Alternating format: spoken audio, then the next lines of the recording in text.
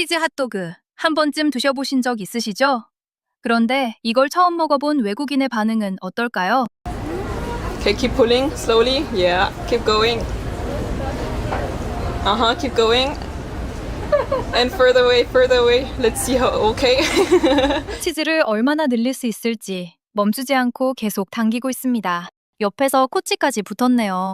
그런데 이분 사실 채식주의자입니다. 고기도 생선도 못 먹는 채식주의자가 광장시장에 뛰어든 겁니다. It's pretty busy here and we're gonna just look through and see what we find. 광장시장 한복판에서 먹을 게 있을지 없을지 모른 채 일단 들어갔습니다. 과연 살아남을 수 있었을까요? Oh, it's literally egg on bread. I like it. The bread's like sweet.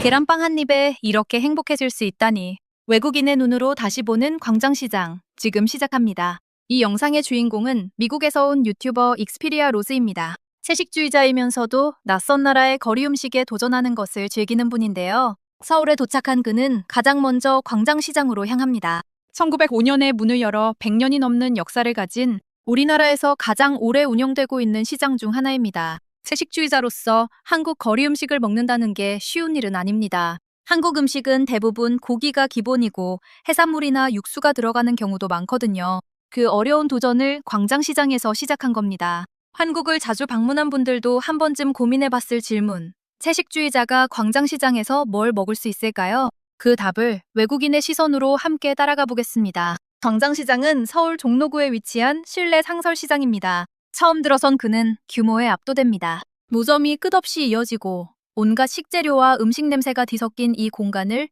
그는 이렇게 표현합니다. 정말 많은 상인이 있고 정말 많은 것들이 있다고요. 사실 광장시장은 우리에게도 굉장히 특별한 공간입니다. 단순한 시장이 아니라 한국의 근현대사를 온몸으로 버텨온 살아있는 유산이거든요. 일제강점기에도 전쟁 이후에도 경제개발의 경랑 속에서도 이 시장은 문을 닫지 않았습니다. 그 사실을 알고 나면 빼곡하게 늘어선 노점 하나하나가 다르게 보이기 시작합니다. 시장 안을 걷던 그의 시선이 두 곳에서 멈춥니다. 하나는 순대, 하나는 수조입니다. 순대는 돼지 창자 안에 피와 당면을 채워 만드는 혈장 소시지인데 아시아 여러 나라에서 다양한 형태로 존재하는 음식이기도 합니다. 그는 채식주의자이기 때문에 먹을 수 없다고 설명하면서도 이게 흔한 음식이라는 사실을 담담하게 전달합니다. 그리고 수조, 살아있는 생선과 오징어, 장어가 담긴 수조를 보며 그는 마음이 불편하다고 솔직하게 말합니다.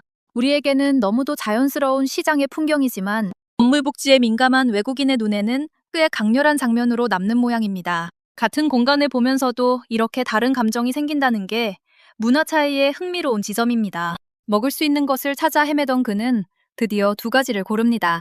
떡과 감자전입니다. 처음 집어든 것은 떡인데요. 아직 살아있는 것 같다는 표현을 씁니다. 손에서 움직이는 것처럼 말랑하다는 뜻인데 그 표현이 오히려 신선합니다. 우리가 떡의 쫄깃한 식감을 설명할 때 쓰는 단어가 얼마나 부족한지 새삼 느끼게 되는 대목입니다. 감자전은 한 입 먹고 이렇게 말합니다. 튀긴 감자 맛이라고요. 사실 감자전은 우리에게도 꽤 독특한 음식입니다. 감자를 갈아서 부친 전인데 바삭하면서도 속은 촉촉한 식감이 일품이죠. 이걸 단번에 튀긴 감자 맛으로 정리한 외국인의 직관이 오히려 재미있습니다. 들어가는 재료가 감자이니 틀린 말도 아니고요. It tastes like fried potatoes. They're both really good. It is very greasy and very hot in there. So hot. Very humid. 기름지고 뜨겁고 습하다. 광장시장의 분위기를 이보다 솔직하게 표현할 수 있을까요? 처음 온 외국인의 날 것 그대로의 반응입니다. 그런데 사실 그 기름지고 뜨거운 것이 광장시장의 묘미이기도 하죠. 시장 안에서 치즈 핫도그를 못 찾은 그는 근처 가게로 자리를 옮깁니다.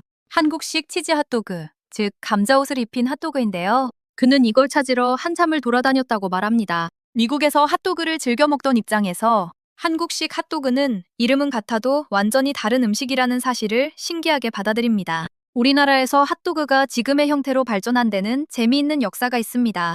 원래는 밀가루 반죽으로 튀기던 것이 어느 시점부터 감자 조각을 붙이거나 치즈를 안에 넣는 방식으로 진화했고 지금은 아예 한국의 대표 길거리 음식이 됐습니다. 같은 이름의 음식이 나라마다 이렇게 다른 형태로 자리 잡을 수 있다는 것 흥미롭지 않으세요? 그리고 드디어 이 영상의 가장 유명한 장면이 찾아옵니다. So you try to get as much cheese as possible and then slowly just rip.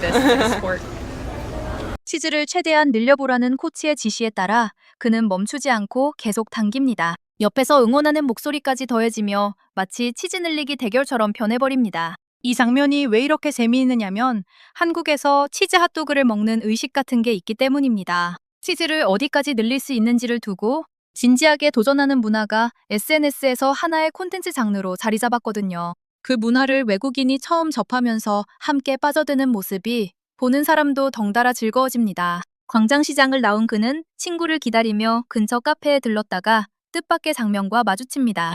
카페 안에 실제 양이 있는 것입니다. 동물 카페는 우리나라에서 꽤 오래전부터 존재했습니다. 고양이 카페, 강아지 카페, 미어캣 카페 등 다양한 형태가 생겼고 양 카페도 그 연장선에 있습니다. 관광 명소로서의 성격도 있고 동물과 가까이 지내고 싶은 도시 생활자들의 수요를 반영한 것이기도 합니다. 그는 귀엽긴 한데 도심에 양이 있는 게 어떤 느낌인지 모르겠다고 솔직하게 말합니다.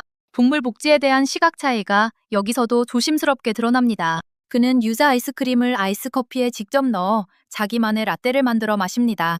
유자는 외국인들이 한국에서 처음 접하고 반하는 맛 중 하나인데 그 조합을 이렇게 즉흥적으로 만들어내는 것도 여행자만이 할 수 있는 발견입니다. 마지막으로 그가 찾은 것은 홍대 거리의 계란빵입니다.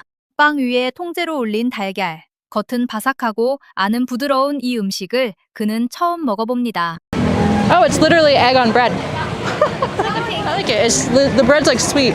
계란이 빵 위에 그대로 올라간 음식이라고 표현합니다. 직관적이고 솔직한 묘사입니다. 실제로 계란빵은 외국인들이 한국 거리 음식 중 가장 먼저 도전해 볼 만한 음식으로 꼽힙니다. 채식주의자도 먹을 수 있고 가격도 저렴하고 맛도 무난하거든요. 그에게도 그렇게 다가온 모양입니다. 그리고 계란빵을 사는 순간 옆에 있던 외국인이 말을 걸어옵니다. 틱톡에서 당신을 봤다고요. 서울 홍대 거리에서 이루어진 뜻밖의 팬 미팅입니다. 두 미국인이 서울 한복판에서 우연히 만나 짧은 대화를 나누는 이 장면은 한국이 얼마나 많은 외국인에게 여행지로서 매력적인 공간이 됐는지를 보여줍니다. 한국을 찾는 여행자들이 늘어날수록 이런 뜻밖의 인연도 더 자주 생기는 것이겠죠? 채식주의자로서 광장시장에서 살아남는 것, 생각보다 어렵지만 생각보다 불가능하지도 않았습니다. 떡, 감자전, 치즈 핫도그, 계란빵. 고기 없이도 광장시장에서 꽤 다양한 음식을 경험할 수 있다는 사실을 외국인 여행자가 몸소 보여준 셈입니다.